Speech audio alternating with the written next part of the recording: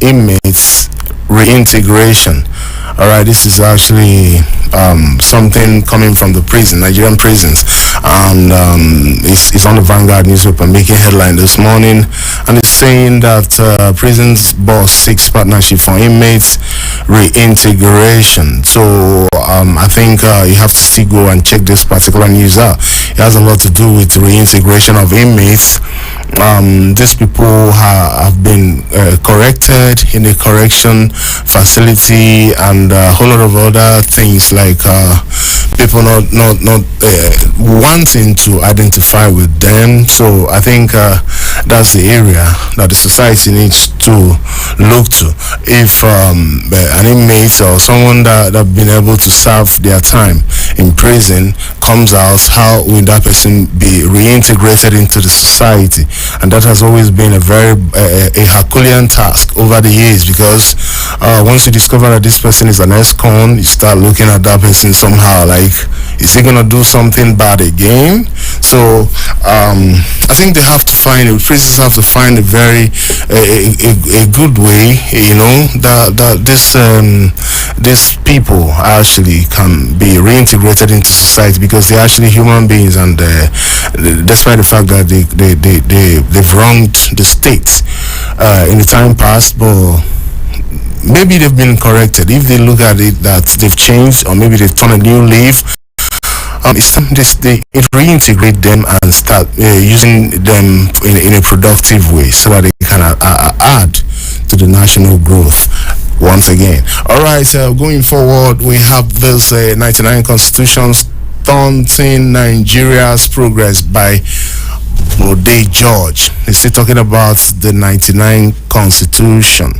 Bode George is feeling like the 99 Constitution have actually done more harm than good to Nigerian polity, and it's high time we start looking at ways, more ways than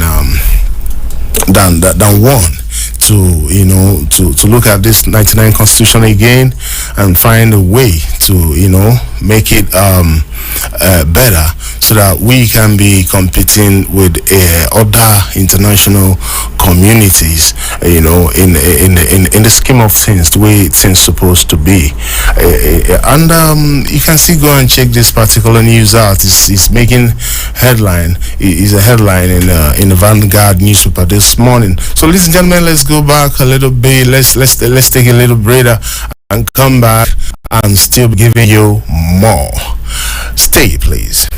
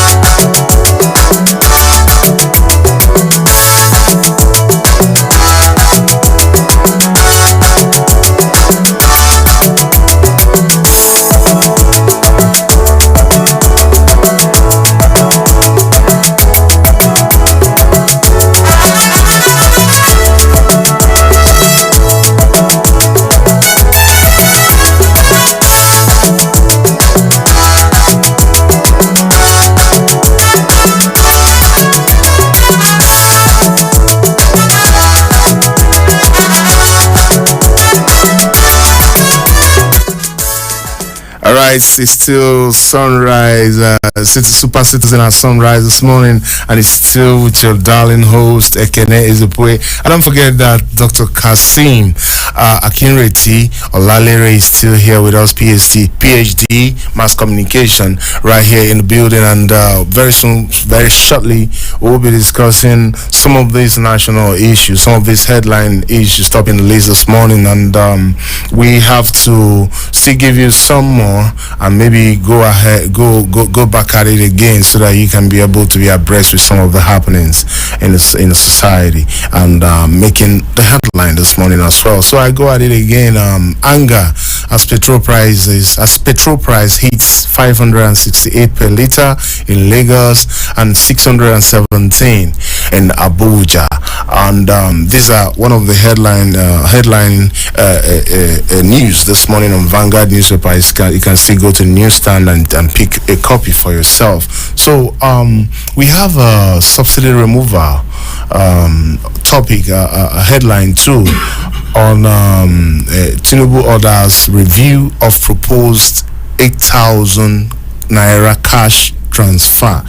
Yeah, it's actually indicating interest in this area, trying to review this 8,000 naira that have actually raised eyebrow, and feeling like people are feeling like there's more to be done. More can be done instead of transferring 8,000 naira to Nigerian families. That a whole lot have been done in the past, and not much significant result was recorded. So why are we going at it again this same way? So that's what people are saying in the society. And we have another one here, and it's saying 32-year-old drug addict strangles mother to death in Ogun State, and this one is on crime. All right, so you can see, go and check it out on the Vanguard newspaper this morning. It's one of the news headline topping the headline in the Vanguard news this morning. So we have another one here. It says prisons boss seeks partnership for inmates reintegration. This one is still there on our headline this morning. You can still go and check it out on the Vanguard newspaper this morning. We have 1999 Constitution stunting Nigeria's progress by Bode George. Bode George is actually looking at 1999 Constitution that I think we have to take a look at it again, so that we can move forward as a country. We have another one, rep set to probe appointments undertaken by MDAs. This is still one of those news in the Vanguard newspaper this morning. And how to combat menace of organized crime in Nigeria by Buratai.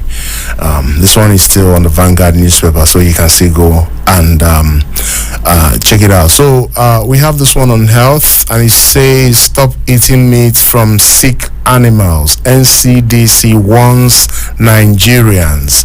Yeah, stop eating meat from sick animals. This one is a warning from NCDC, so you can still go and check it out and read it through and find out what's in it. All right, this is okay. Let's just take this last one. This morning it says reps to security agencies stop setting vessels with stolen crude oil on fire. This one is still on Vanguard newspaper this morning, and we'll go straight to our discussion segments with Dr. Akinreti Olalere Kasim. He's right here with us this morning. Good morning, sir. Good morning. How you doing? Very well. Yeah, I hope the fuel situation is biting. Are you sure you're witnessing this? Does it have anything to do with the way you're seeing things at the moment? Well, it is expected. When you leave certain politics to market forces, this is going to be the outcome. It's about demand and supply. As a PhD holder, the emphasis is to find solutions to problems.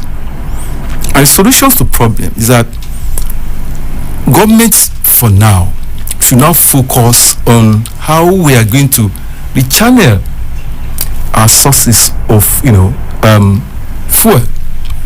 which means we have to go through the CNG cars. Government, as a matter of policy, we have to reactivate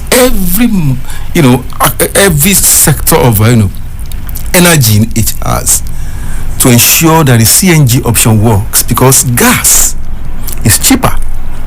In Europe, for example, the price of fuel is higher. However, you don't feel it because mass transportations has taken care of that. Two critical areas where we are bogged down with this, the effect of this fuel removal of fuel subsidy. One, on transport. Two, on energy in terms of electricity, because a lot of people still depends running their entire activities through the generators, and so you need to buy fuel from two sources. The other angle to it is the fact that the refineries are not working. So the solution to it is, where you have a comparative advantage, you need to move in there as quickly as possible. However, policy implementation is slow and steady wins the race.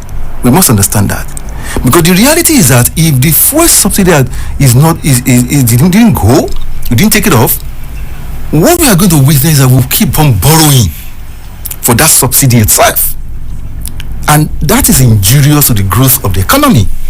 Now that you've taken it off, the thinking is that you have to move fast into the areas of the solutions as quickly as possible.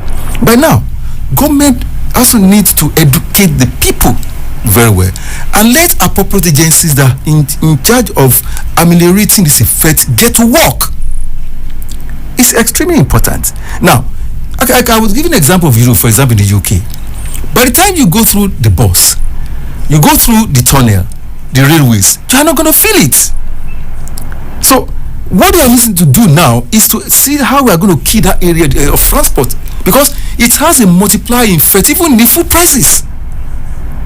So that is the solution, and that's why I also agree with the government now that rethinking the idea of giving out the handouts, which is quite good. Rechannel that specifically into the area of transportation, and that will be fine. And the timeline given to refineries to resume, government has to speed that up.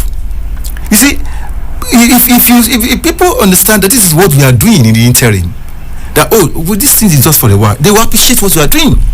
So we have to, I want to suggest that, look, probably the president or the vice president should go and visit those refineries and get first-hand information about what is happening there. So when you do that, you also at the back of you don't have that timeline in which then you can tell Nigerians, please and please, could you please just bear with us?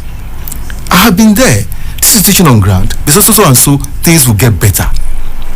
And then the railway corridors that we see are the whole railway corridors. You see, the British people, the colonial master, know what they were doing. The railways were linked to the productions, to the where you get the crash crops that bring it from the rural area into the hinterland, from hinterland to the ports.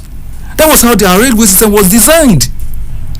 So, if you also want to you have emergency on food production, why don't you go back to that, all those rail links that leads you to all those areas where you get the cash, where you get the farm produce, and you move those farm produce to the city. So the problem of transportation through direct haulage by the road is reduced drastically, and the fact the vehicles you are not going to use are not going to be those are run by gas. By now, what should have been? NNPC should have taken the lead. I expect NNPC stations by now, even in Abuja, to have these CNGs, centers, so that I have a choice. Because you see, Nigerians are so ingenious.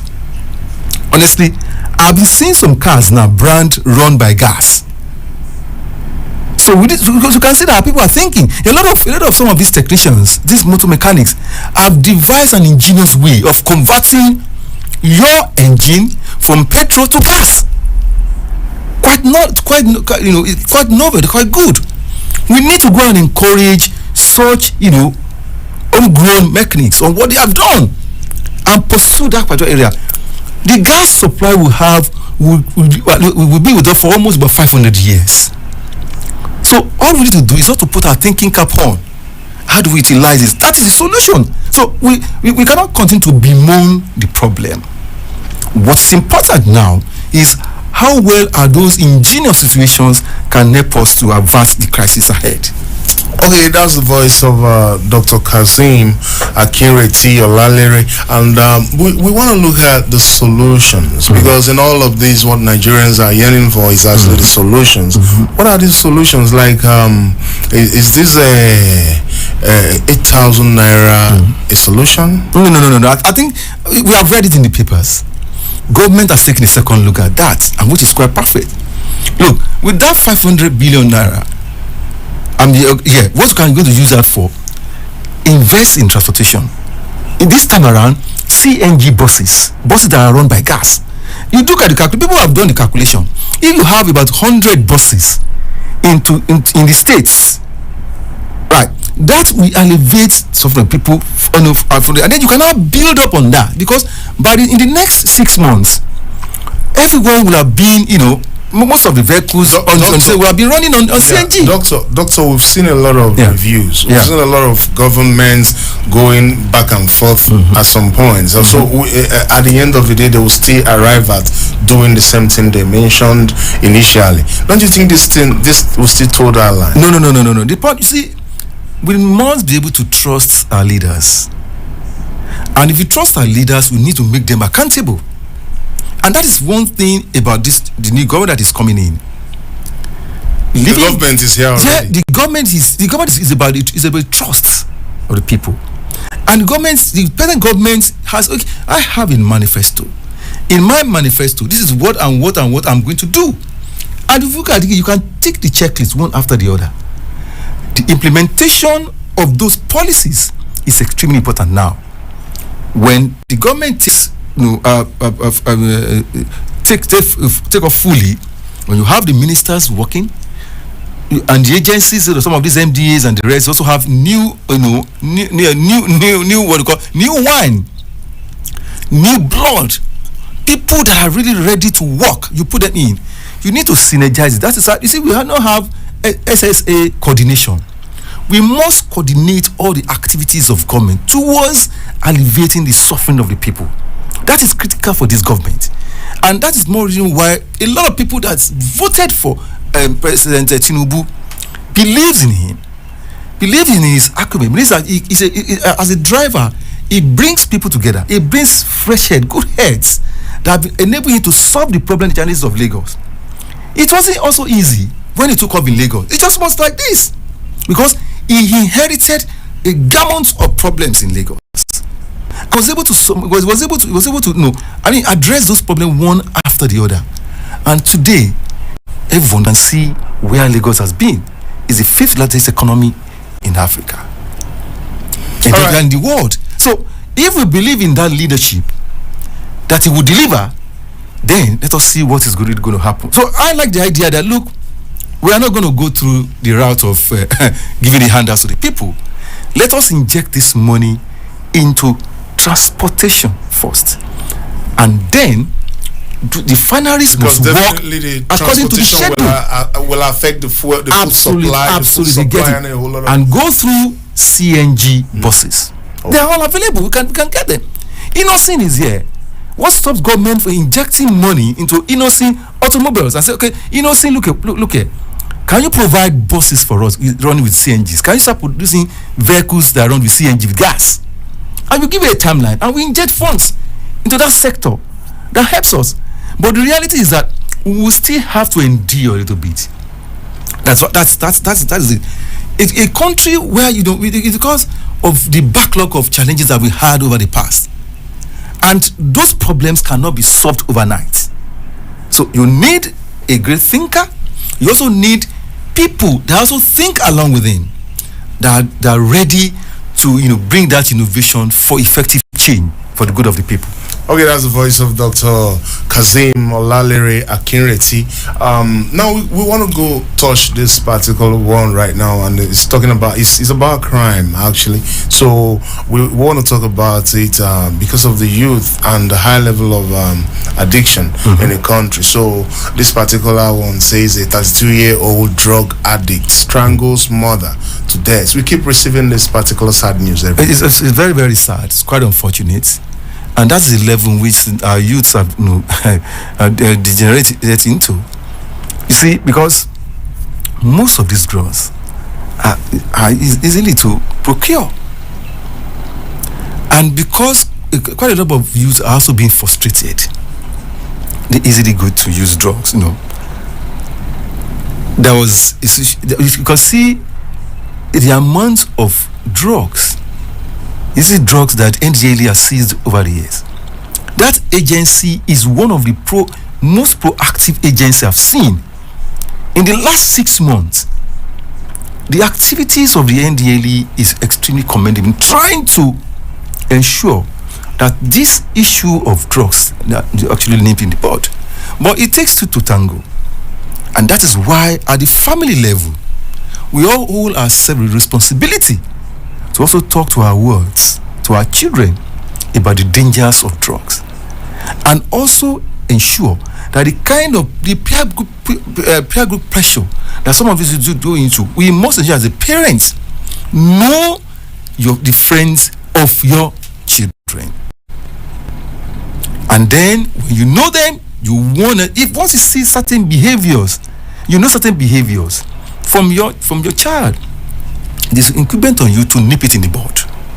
So, what we can do is again ensure that drugs are not easily procured. Is it on the streets? It's very important. So, the security agencies must get to work. Just like the NDLEA have been doing fantastically.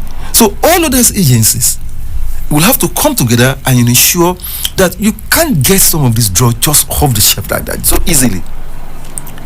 And then you block all the loopholes where you think some of these things can, people can get it. And for that, we can arrest that issue. It's a trend. And it's extremely, debilitating to the growth of our economy and also the prosperity of the country. Because if you're youth, because as now, 60% of our populations are youth. And so, God forbid that this percentage are into drugs. We're in serious trouble. It's going to affect your productivity of the nation. At the end of the day, it's also going to affect sustainability of the entire environment. So, we must hit this call to arrest illegal drugs, illicit drugs in our society. This is very important. All right, you're still Super Citizen at Sunrise this morning, and it's newspaper review. Don't forget that you can still be part of this program. Shortly, we'll call out our hotline so that you can be part of it. And we still want to discuss some more with Dr. Olalere Kazim Akinreti. We want to talk about this particular Prisons Boss 6 partnership for inmates reintegration. This particular trend has always come out at some point where in our national lives, and it's something that we should take a look at. What do you have to say about this? I think it's quite encouraging because reintegration of repentant criminal or those that are coming from prison into the society is very, very important. Don't forget, they will have gone through trauma. They have been extremely traumatized. By the time they are coming out, and society is not also accepting them, it's a big burden. In most cases, some of them are even ready to go back to crime again. So it's a good step. What the senior prison official is talking about. That's why in the prisons there are layers of what do you call skills acquisitions that inmates acquired. And more importantly today, even inmates are now making progress in terms of academics. The National Open Universities are being at the forefront of this, and you can see quite a lot of inmates have become graduates. And so this is significant. If they are not coming out, they must be integrated back to society so that they can be useful and be productive to the economy. So what we need to do is that we must drop this toga of probably what we can do, ostracizing those who are just returning from prisons who want to come back into society. There must be the society must be able to accept them. Now, yes, they have gone to the prisons, they have been reformed, and they want to be they want to make their own contribution to the society. This is very, very instructive. All right, that's the voice of Dr. Lalere Akinreti Kazim. He's still super citizen at sunrise this morning, and we'll take a short break, and when we return, we'll keep discussing issues and then throw our phone lines open so you can be part of this conversation this morning. Ladies and gentlemen, we'll be right back.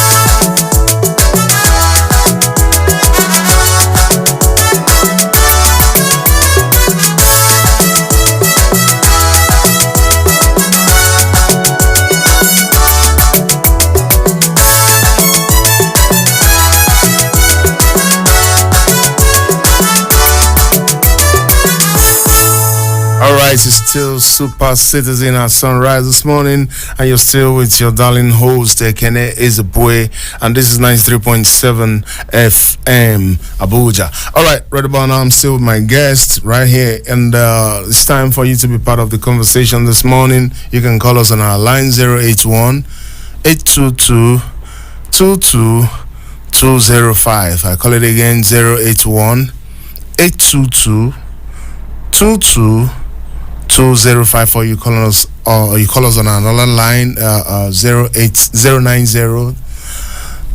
32 22 9797. I call it again 090 32 22 9797. All right, let me pick my first caller. Hello, good morning this morning. How are you doing? And where are you calling us from? Hello? Hello? Hello, good morning. Hello, good morning. I said this. Hello?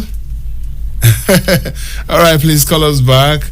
I guess maybe we have a little hitch right there, and we'll expect your call to come in any moment, and so that you can be part of this conversation this morning. We have biting headlines here, and that we want you to be part of this morning so you can air your views, and we'll know where is actually pinching the society the most. Don't forget that we still have our guests in the house on our newspaper review this morning that we took from Vanguard newspaper. You can still go out there and pick a copy for yourself, so you get yourself abreast to everything that is happening in the polity.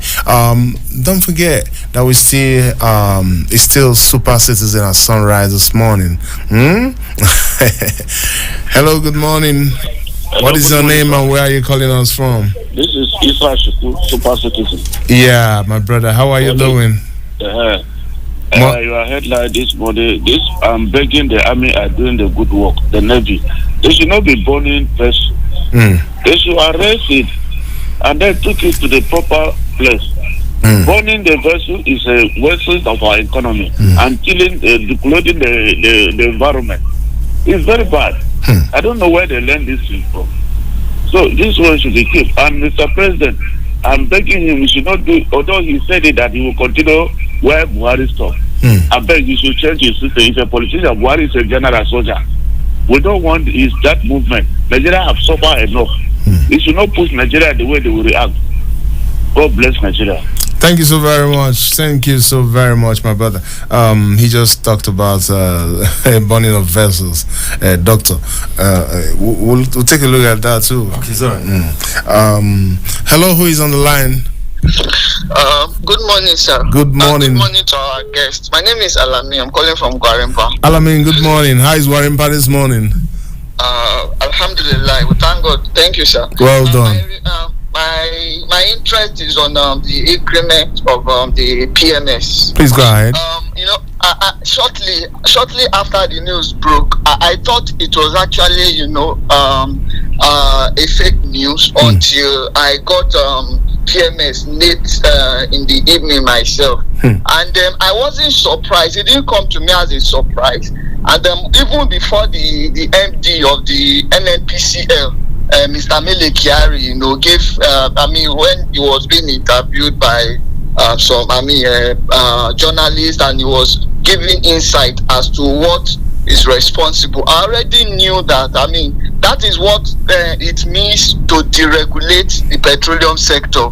We'll be having fluctuation in prices, and then I knew also that 530 is actually a facade. I know that it's not possible. I know definitely we'll be buying a slightly higher than that 530. And then what I want to appeal to Nigeria is, it is just the reality we have to face. It is just regardless of who become the president, I think for us to move forward as a nation, that is the right step in the right direction. The only area I'm interested in is for the palliative to be quickly, put in place to ameliorate the sufferings. If you ask me, sir, I'm a civil servant. I do not want my salary to be increased without the government setting up a national pricing regulatory, agency that will regulate the prices of goods and services. If you're increasing salaries, you're only giving Nigerian business people the impetus to also increase their service. They tell you after us, salaries has been increased.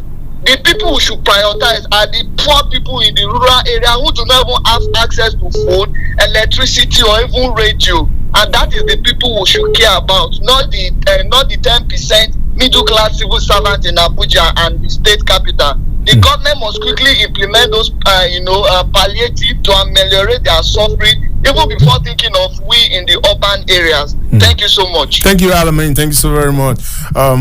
All right, Alamin just made a point right there, and he just it's left for us to do justice to that shortly. We have another caller right here. Hello, who is on the line, please, and where are you calling us from? Good morning. Good morning. Who is on the line and where are you calling us from? Yeah, Richard from Zuba. Richard from Zuba. Yes. How is Zuba this morning, Mr. Richard? Fine, thank you. I'm interested in your headlines and the one that actually affects the common man. Thanks for the opportunity to comment. Is this issue of fuel of the thing? All right, please go ahead. It's quite very unfortunate and embarrassing for a country who claims to be in the hands of this selfish private sector, and the country is saying it's moving forward. For me, they are not doing anything in the right direction. For me, Nigeria will continue to be poorer, the rich will continue to be richer. And again, the poor are suffocating. The government should know that the poor have been pushed to the limit. And God forbid, I am not advocate of revolt, but obviously Nigerians are not happy, and you should get straight to the government. Thank you. Thank you very much, Mr. Richard. And some tough use of language there still. But hello, who is on the line and where are you calling us from? Good morning, this is Kennedy. I'm calling from Cairo. Kennedy from Cairo. Go ahead, Mr. Kennedy. Is it 33 or 32-year-old, young man strangled a man to death, right? Yeah, of course. It's on our headline. It's a very sad one, but I want to use the opportunity to talk to our parents. In as much you try to cover your child sin, you'll be at the receiving end, because in as much as charity begin at home, even the evil things begin at home too. So parents should take caution of that. Now, people who are talking about this year's subsidy of the thing increment in, I heard our guest, I so much respect him. He said we should endure, sir. We endure when it was 530 naira. There was no palliative, and then now again to 600 and something naira. The still say we should endure, and then no palliative, and then when you're talking about palliative of 8,000 naira, is it per family or per an individual? And then my question is this: are you sure this money can cook a very delicious meal for a day for a whole family? Because go to market, the price of things now. They're going to feed us for a day to endure the pains. Well, I leave it at that. But I feel that if Dangote, as an individual, I have a refinery, what does it take our government, even this morning now, if we are to put it in one of the refinery, I just want to believe that it will work. Even if it need for us to add an additional money, it won't be much. I'll leave it at that. Stop eating meat from sick animals. What is the government doing from the abattoirs? We don't kill meat. We go to the abattoir, we buy meat. Are they sending vet doctors to monitor meat that will be slaughtered there for citizens to go and buy? I just leave it at that. Thank you, and God bless you. Thank you so very much. Thank you so very much, my brother. Thank you. I think it's important to inform our listeners. Please. That government has decided not to give these handouts again. I can see the re-echoing of this 8,000 naira being paid. There's a directive on that. It's not going to be. Government is reviewing it. And it's going to stop because people. It's such that government listens to what people are saying. People are saying, look, we don't even need this money. Channel these funds into productive sectors of the economy. And people are, there's a convergence, an agreement about areas to focus. And the urgency of it still matters as well. That's why I said policy implementation it has stages of it. And what we need to do right now is not about focusing on the federal government alone. We must focus on other tiers of government on what they are doing. It's very, very important. Yes, the central government is the one that holds the lever, obviously, because they have more money to deposit. But once this money are given to the states and local government, it is imperative that things must work in all those areas. All right. Someone made a point concerning as regards to the burning of vessels. Obviously, I don't know what actually informs we that talked about kind of decision. It sees it as an economic But waste. one thing I discovered in the interview with the last schedule that was done is that this ship, they changed they also changed the name. They call name. Once they are arrested, and one way or the other, they just manipulate their way out of it. They will change the signal call of that particular, ship to go and commit the same atrocity. But however, even if you charge them to court, you still need an evidence. And the fact that ship was captured, the ship was there, and the stolen crude is there, is also an evidence for you. Is enough evidence. So if what you need to do, anchor, take the ship, arrest the ship, and take it to the anchor of the Navy. So I think that there must be a thorough investigation into why. And it keeps happening. And it keeps happening because the environmental effect is devastating. Because once you destroy that ship, even with the crude oil, there's going to be on spillage. So it's going to affect the environment at the end of the day. And of course, we have also destroyed the evidence that you have if you intend to charge those guys to court. So I think we need to look at it critically and find out why are they doing this. It's important. Once we're able to get the reason, let us advance the reason why they need to do that. Dr. Lalleri, this has been happening. Yeah. This is not the first time it's happening. That is why it's a soft concern. And then it has to be nipped in the bud. Surely we have a new chief of naval staff now. He must that is one of the tasks before him. He has to sort out this riddle. It's important. Okay, now we'll go straight to the next on the headline. This one is actually Body George is trying to complain. 1999 Constitution stunting Nigeria's progress. Do you agree with this, Doctor? Which areas specifically? No, because that's one of the challenges that we have even in the media. We just go and take an aspect, throw it up as an headline, and because not a lot of people will have the patience to read through the lines and understand the message you're passing across. Once they can see the headline, they make up their mind. and they can decide just to walk away.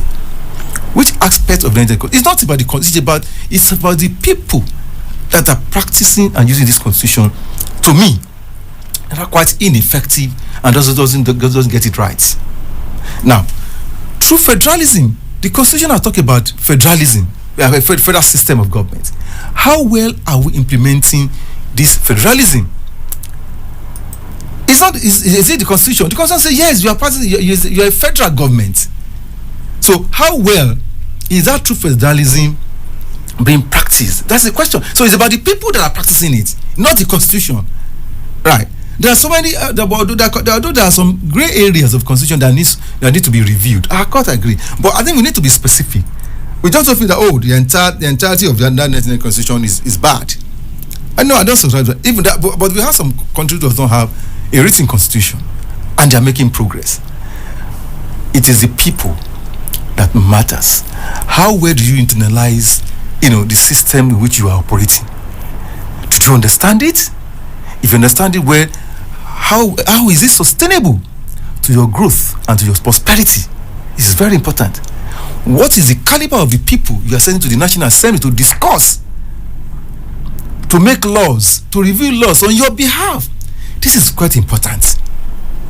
I'll leave it at that. Okay, that's the voice of Dr. Olalere Akinreti Kazeem, PhD in Mass Communication. Now we want to go on a short break, and don't forget that this is still Super Citizen at Sunrise, and this is a newspaper review this morning. So let's go on a short break. We'll be right back, ladies and gentlemen.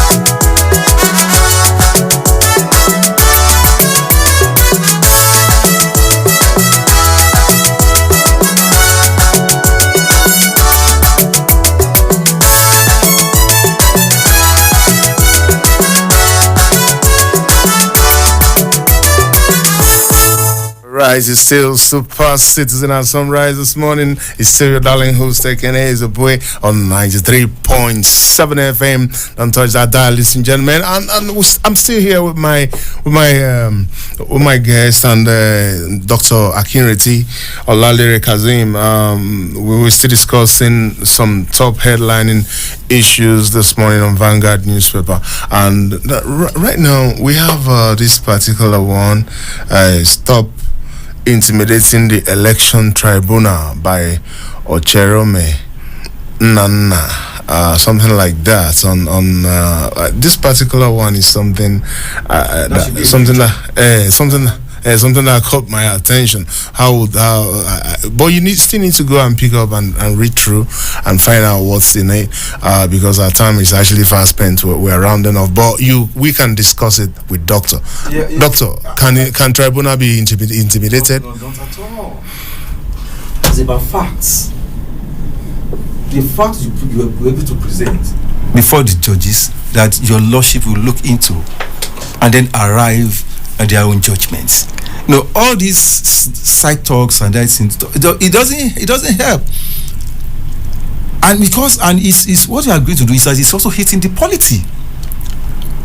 The aspect of final address to your lordship is what the newspapers are just picking bits and pieces and using it, to hit off the polity.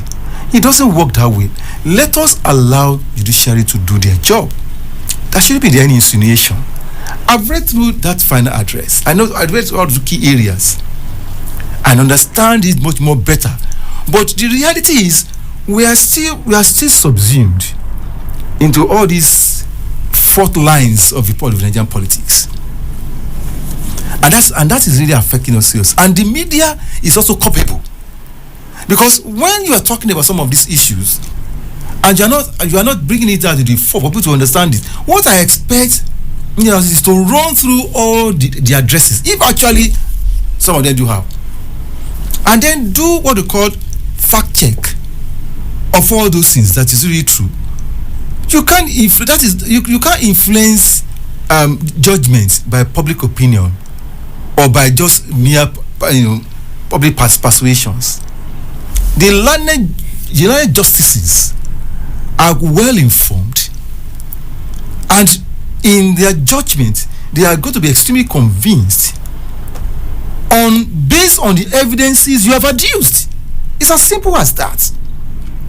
But when the media is also going to town to hit up the polity and then change enrage the perception or the opinion of the populace against the justices, I think we need to be extremely careful.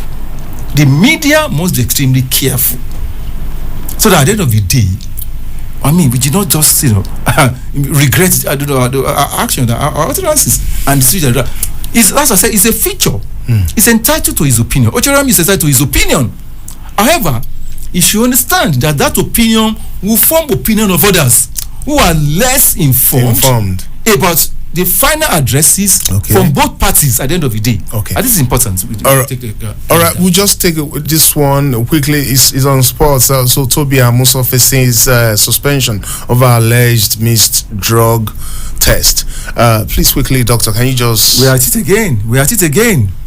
Because it's shining now, we are going to do a dope test for him. I don't know the final outcome of the dope test anyway. But if he has gone through a dope test and you think it is, positive, that seems to be there's going to be a serious challenge. And it's even not only and she's our shining light at the moment.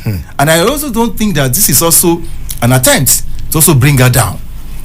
It's extremely important because remember the story of Marion Yali and others. Yeah, still the same thing. So we need to be extremely careful on this. All right, ladies and gentlemen, this is how we are going to wrap it up on Sunrise at Super Citizen at Sunrise this morning. Want to thank you all for being part of it, and we want to thank Dr. Kazim Larry Akinriti for being part of this morning show this morning. Thank you, our listeners. My name still remains Ekene Ezepue. See you tomorrow.